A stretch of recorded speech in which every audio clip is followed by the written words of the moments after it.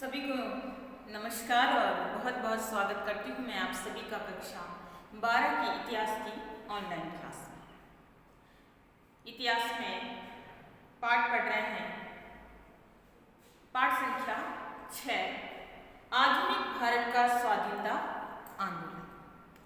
आधुनिक भारत का स्वाधीनता आंदोलन विभिन्न बिंदुओं में हम समझ ही रहे हैं, लेकिन आज का जो बिंदु या आज का जो हमारा अध्ययन बिंदु या टॉपिक जो रहेगा वो है माननीय मिंटो सुधार या 1909 का अधिनियम या फिर माननीय मिंटो सुधार अधिनियम। ठीक है, इंपॉर्टेंट है एग्जाम के हिसाब से भी। तो अधिनियम है यानी कानून, अधिनियम का अर्थ होता है कानून। तो माननीय मिंटो अधिनियम क्या है या 1909 का जो है अधिनियम क्या है, तो आज हम इस अधिनियम को समझने की कोशिश है वो करेंगे।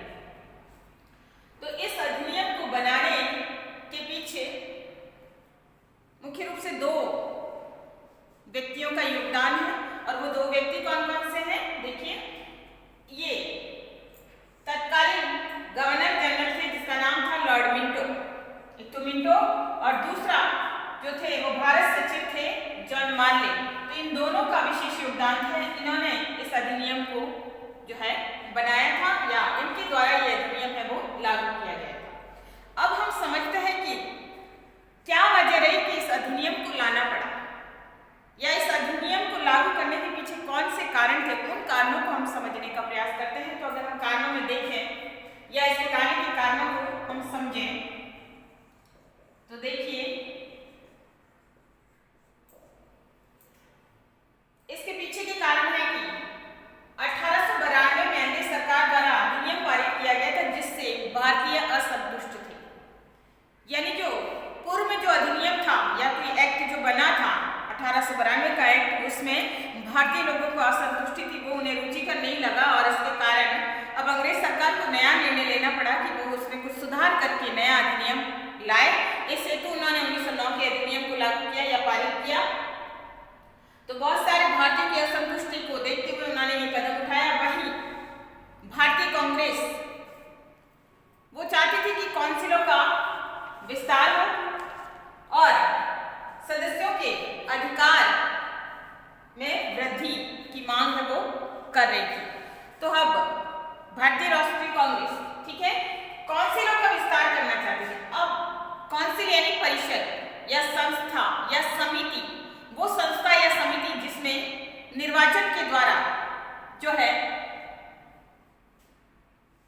या कह सकते हैं विशेष उद्देश्य की पूर्ति के लिए जो परिषद या संस्था या समिति का जो गठन किया जाता है वो काउंसिल कहलाती है। तो अब यहाँ पर भी जो है कांग्रेस के सदस्य वो ये चाहते थे कि काउंसिलों का विस्तार हो और साथ में सदस्यों की संख्या में भी वृद्धि की जाए।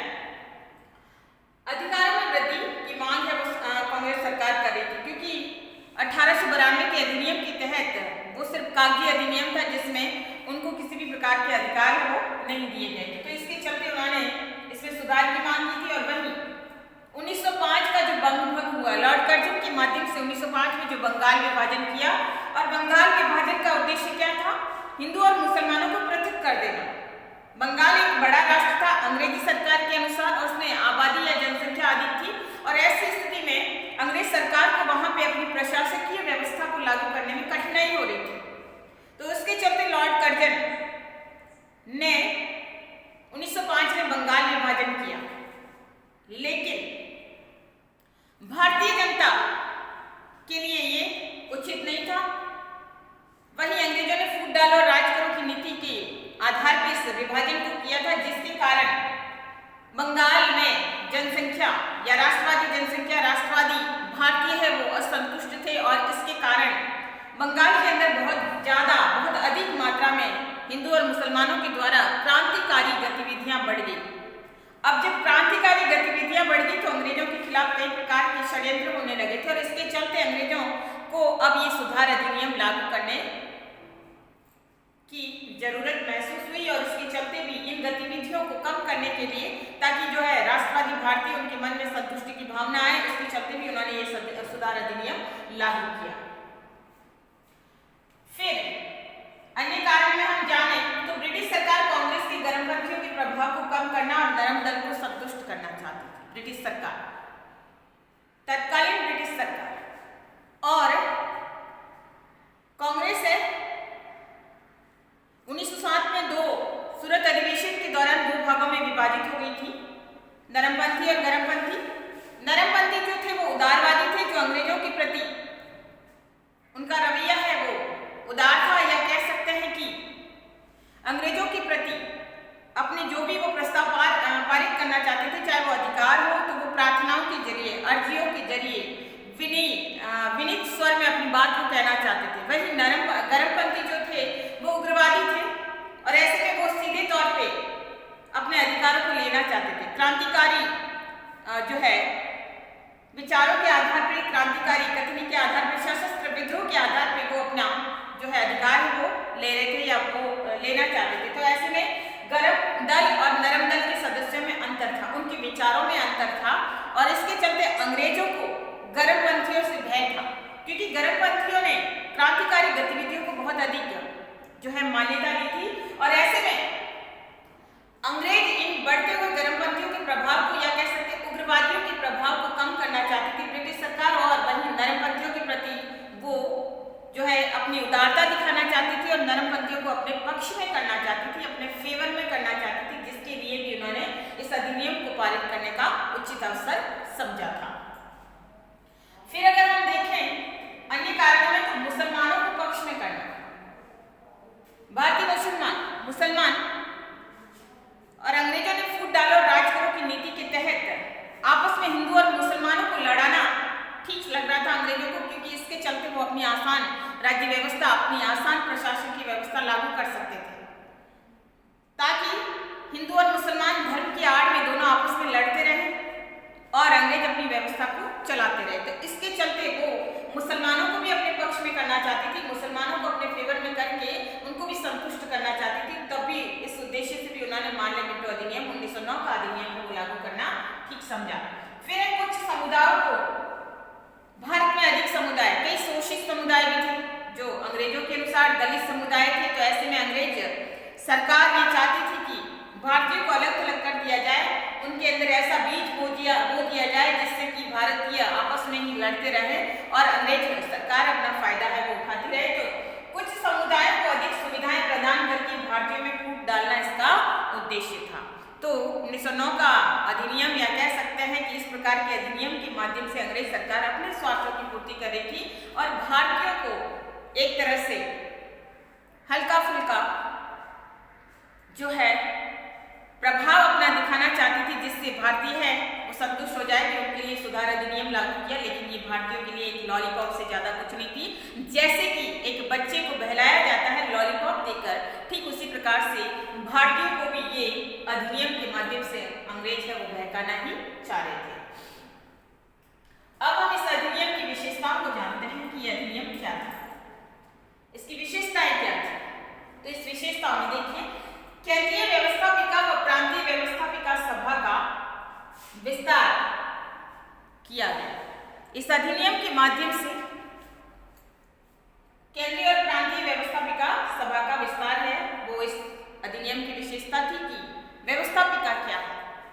देखिए, व्यवस्थापिका संसद को ही कहा जाता है और संसद के या सरकार के प्रमुख 3 अंग माने जाते हैं, व्यवस्थापिका, कार्यपालिका और न्यायपालिका। उसमें 3 अंगों में एक प्रमुख अंग माना जाता है व्यवस्थापिका। तो अब इस अधिनियम की प्रथम विशेषता में हम देखते हैं तो केंद्रीय व्यवस्थापिका, प्रांतीय व्यवस्थापिका सभा का विस्तार इसके अंदर किया गया, यानी कि इस व्यवस्थापिका के अंतर्गत या इस सदन के अंतर्गत या कह सकते हैं ये संसद का ही रूप है, संसद का ही नाम है व्यवस्थापिका, और इसके अंदर 2 सदन होते हैं, उच्च सदन और निम्न सदन, जिसमें उच्च सदन राज्यसभा को कहा जाता है और निम्न सदन है वो लोकसभा को कहा जाता है। और इसमें जो है निर्वाचित सदस्य होते हैं, प्रत्यक्ष या अप्रत्यक्ष रूप से निर्वाचन होता है, उसके बाद चुनकर सदस्य इनमें मनोनीत किए जाते हैं या इसमें जो है आते हैं। तो अब यहाँ पर इसकी विशेषता के तहत व्यवस्थापिका सभा का विस्तार किया गया। फिर दूसरा, सदस्यों की संख्या में वृद्धि की गई। यहाँ पे कांग्रेस से काउंसिलों के विस्तार और सदस्यों की संख्या में अधिकारों और जो है वृद्धि की मांग कर रही थी। इसके चलते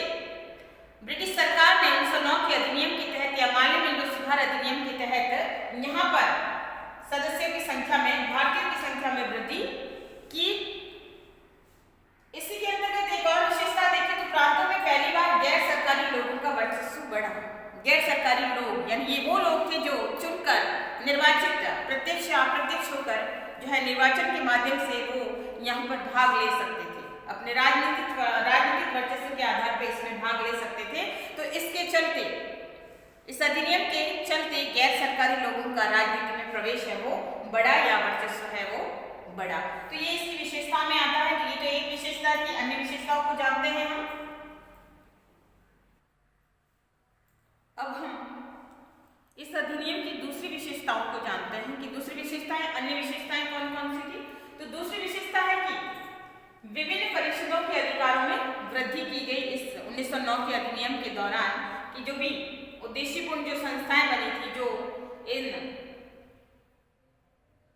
संस्था के अंदर जो भी परिषदें थी उनके अधिकारों में वृद्धि की गई, या कह सकते हैं कि परिषदों के अधिकारों में वृद्धि की गई। सदस्यों को बजट पर बहस करने और मत देने का अधिकार भी दिया गया कि जो भी इन परिषदों के सदस्य वगैरह होते थे उनको बहस करने का और मत देने का अधिकार, यानी वो अपना मत दे सकते थे, बहस कर सकते थे, अपने प्रस्ताव है वो दे सकते थे। ये अधिकार है इनको दे दिए गए और साथ ही इनको प्रश्न पूछने का अधिकार भी दे दिया गया। यानी मत देने के अधिकार के साथ ही अगर वो किसी चीज से असंतुष्ट है तो वो पूरक प्रश्न पूछ सकते थे, यानी उनको कह सकते थे कि ऐसा क्यों है, तो वो पूरक प्रश्न पूछ के अपनी राय भी दे सकते थे। और साथ ही साथ बजट के ऊपर अगर बजट में कुछ अनुचित है तो वो अपने विचार है वो दे सकते थे। मत देने का अधिकार यानी वो अपने विचार है उनके सामने रख सकते थे और नया प्रस्ताव भी वो सरकार के सामने रख सकते थे। तो ये परिषद के सदस्यों के अधिकारों में ये वृद्धि की गई कि पहले भारतीय बोल नहीं सकते थे, लेकिन अब उन्हें थोड़ी सी आजादी दी गई कि वो अपनी बात को वहां पे रख सकते थे और अपने प्रस्ताव है वो सरकार के सामने रख सकते थे। तीसरी विशेषता में यहाँ पे देखें तो अंग्रेज सरकार ने जो काम किया था वो है सांप्रदायिक आधार पर पृथक निर्वाचन प्रणाली प्रारंभ की। सांप्रदायिक आधार पे, धर्म के आधार पर पृथक निर्वाचन प्रणाली क्या होता है पहले तो हम देख लेते हैं। पृथक निर्वाचन प्रणाली जो होती है वो है कि शोषितों को के लिए या वंचितों के लिए या दलितों के लिए अलग से जो है पृथक प्रतिनिधि चुनने का अधिकार उनको देना, यानी पृथक निर्वाचन, यानी अपने क्षेत्र में वो अपना प्रतिनिधि चुन सकते हैं। इसके अलावा वो अन्य प्रतिनिधि को भी अपना वोट देने का अधिकार रखेंगे। तो यहाँ पर पृथक निर्वाचन प्रणाली को कांग्रेस सरकार ने लागू की। और इसमें मुख्य रूप से मुस्लिमों के लिए और जमींदारों के लिए, व्यापारियों के लिए या अन्य जो भी दलित और शोषित वर्ग थे उनके लिए ये पृथक निर्वाचन प्रणाली रखी, जिसमें वो अपने क्षेत्र से अपने प्रतिनिधि को तो वोट देने का अधिकार रखते थे, साथ ही साथ वो दूसरे अन्य प्रतिनिधि को भी वोट देने का अधिकार उनको था। तो ये पृथक निर्वाचन प्रणाली भी इस अधिनियम के दौरान वो लागू की गई। फिर है गवर्नर जनरल को अपनी कार्यकारिणी में एक भारतीय सदस्य लेने का अधिकार भी इस अधिनियम के दौरान हमें प्राप्त हुआ कि यहाँ पे किसी भारतीय को अपना सदस्य ले सकते थे। और ऐसे में प्रथम जो भारतीय सदस्य जिनको लिया गया था उसमें प्रथम भारतीय का नाम आता है वो है एसपी सिन्हा। वो इस कार्यकारिणी के प्रथम सदस्य माने जाते हैं। इसके साथ जो है चुनावों में इच्छुक उम्मीदवारों और मतदाताओं की योग्यताओं को भी निश्चित किया गया कि इसमें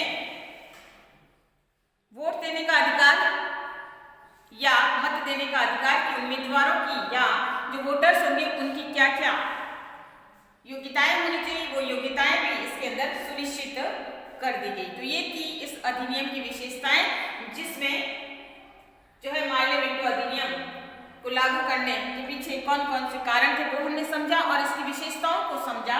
अब हम इसके आगे के बिंदु को समझेंगे। 1909 के इस मार्ले मिंटो सुधार अधिनियम की कमियां क्या थी, या कह सकते हैं कि इसकी आलोचना किस आधार पर की जाती है। तो हम इसकी आलोचना के बिंदुओं को समझेंगे कि इसकी आलोचना क्यों की जाती है। तो पहला है कि इसमें अप्रत्यक्ष चुनाव प्रणाली को अपनाया गया था, यानी अप्रत्यक्ष चुनाव यानी सदस्य प्रत्यक्ष नहीं बल्कि अप्रत्यक्ष यानी मतदान के माध्यम से इस चुनाव प्रणाली को अपनाया गया। मतदाताओं की संख्या भी सरकार ने सीमित रखी। इसके साथ ही योग्यताएं भी इतनी ऊंची रखी गई कि हर कोई इसमें भाग नहीं ले सकता था, हर कोई इसका सदस्य नहीं बन सकता था। और साथ ही वोट देने का अधिकार उन्हीं लोगों को दिया गया, यानी योग्यताएं ऊंची रखी गई थी। इसमें वोट देने का अधिकार उन्हीं लोगों को दिया गया था जिनकी वार्षिक आय 15,000 रुपए होना जरूरी था। और इसके साथ ही जो अंग्रेज सरकार को सालाना 10,000 रुपए जो है लगान के रूप में देते थे। तो इतनी योग्यताओं के चलते कोई भी भारतीय, हर कोई भारतीय इसमें भाग नहीं ले सकता था। फिर दूसरा आलोचना का दूसरा कारण है कि पृथक निर्वाचन प्रणाली। इस पृथक निर्वाचन प्रणाली के आधार पर हिंदू मुसलमानों के बीच में अंग्रेज सरकार ने जो है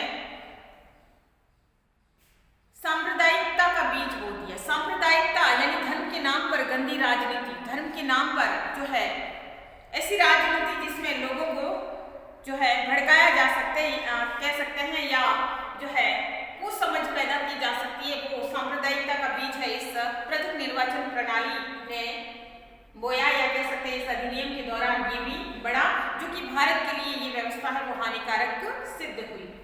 फिर है सांप्रदायिक राजनीति का प्रारंभ। इस दौरान हुआ कि इस अधिनियम के दौरान हिंदू और मुसलमानों के मध्य भेदभाव की भावना शुरू हो गई, धर्म के नाम की भावना है वो शुरू हो गई। और साथ ही साथ जो है इसमें इस मामले में जो अधिनियम के दौरान अंग्रेज सरकार ने जो है मुस्लिम समुदाय की सहानुभूति हासिल करने के लिए या उनको अपने पक्ष में करने के लिए जो है उन्होंने मुस्लिम जन को अधिक प्रतिनिधित्व इस अधिनियम के दौरान दिया, जिससे अन्य भारतीय लोग हैं वो नाराज थे। तो ये भी इसकी एक कमी है, ये आलोचना का एक कारण है वो माना जा सकता है। फिर है संसदीय संस्थाएं। तो इस अधिनियम के दौरान स्थापित की गई विभिन्न परिषदें बनी, विभिन्न संस्था बनी और अन्य सदस्यों का विस्तार भी किया गया, लेकिन संसदीय शासन व्यवस्था का लक्ष्य नहीं रखा गया कि अब उनका उद्देश्य क्या होगा, किस प्रकार से वो काम करेगी, वो उद्देश्य है वो अंग्रेज सरकार ने निश्चित नहीं किया। इसके कारण भी ये व्यवस्था है वो ढुलमुल रही, इसको लागू नहीं किया जा सकता या कह सकते हैं कि ये इसकी कमी रही। पृथक निर्वाचन प्रणाली जो कि भारत के लिए सांप्रदायिकता का आधार बनी या कह सकते हैं भारतीय व्यवस्था में जिसमें सांप्रदायिकता या धर्म की गंदी राजनीति या धर्म की जो है लोगों को बांटने का काम करने वाली राजनीति का वो बीज है वो इस सांप्रदायिकता या इस पृथक निर्वाचन प्रणाली के आधार पे भारतीय राजनीति में बोया, भारतीय समाज में ये शुरू हो गया। और इस पर जो है विद्वान इतिहासकार के मुंशी ने अपना मत दिया है, वो अपने विचार रखते हैं कि इसने उभरते हुए प्रजातंत्र को जान से मार डाला, यानी एक नई व्यवस्था जो कायम हो रही थी, लेकिन इस पृथक निर्वाचन प्रणाली के अंतर्गत जो है जो प्रजातंत्र जो उभर रहा था उन्होंने इस प्रकार का बीज बोकर हिंदू और मुसलमानों को अलग अलग बांट कर इस राजनीति के जरिए प्रजातंत्र को जान से मार डाला। वही महात्मा गांधी जी के विचार है कि माल्य मिलो सुधार ने हमारा सर्वनाश कर दिया, यानी गांधी जी ने भी अपना विचार है, अपने विचार दिए कि इस अधिनियम के दौरान है जो है भारतीय राजनीति का या भारतीय समाज में एक सर्वनाश का दौर है वो शुरू हो गया। तो ये था 1909 का माल्य मिलो सुधार अधिनियम या कह सकते हैं 1909 का अधिनियम। तो आज हमने इसको जाना, इसको लागू करने के पीछे कौन से कारण थे, इसकी विशेषताएं क्या थी और अंत में इसके निष्कर्ष हमने इसको जाना कि इसकी आलोचना या इसकी कमियां क्या थी या इसके किस आधार पर इसकी आलोचना की जाती है, तो ये हमने समझा। तो ये था आज का हमारा टॉपिक और आशा करती हूँ कि आपको समझ में आया होगा। धन्यवाद।